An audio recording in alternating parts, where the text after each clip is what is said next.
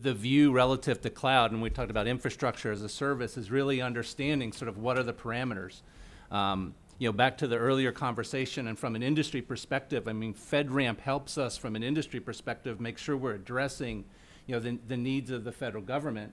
I would also say from a federal government perspective, that partnership with industry, I think we all recognize that the consumerization of IT is shaping the cloud marketplace. Yes. And so, there are significant innovations, and I would say that it's not just the federal government that wants security, but you go to the top banks of the world, the insurance companies, and you name the industry, everyone wants that level of security. And so I commend NIST and the work for FedRAMP, because we can incorporate those type of requirements into our commercial offerings. At the end of the day, I don't think we want to diverge in the types of systems we're offering. It's not the intent of Microsoft to want to be able to stand up a separate cloud instantiation just to meet particular nuances of government.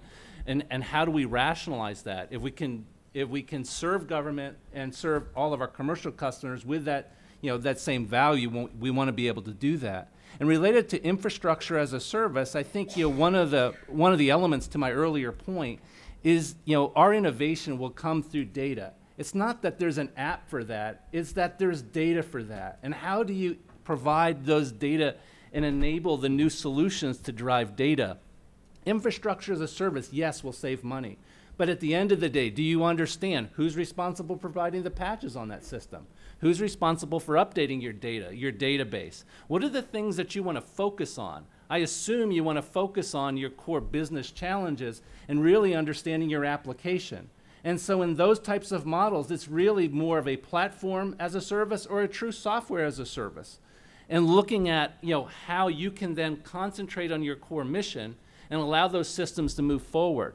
And so there is a place for infrastructure as a service, but the true innovation that cloud will provide is going to be delivered through platform and software as a service, not through infrastructure as a service.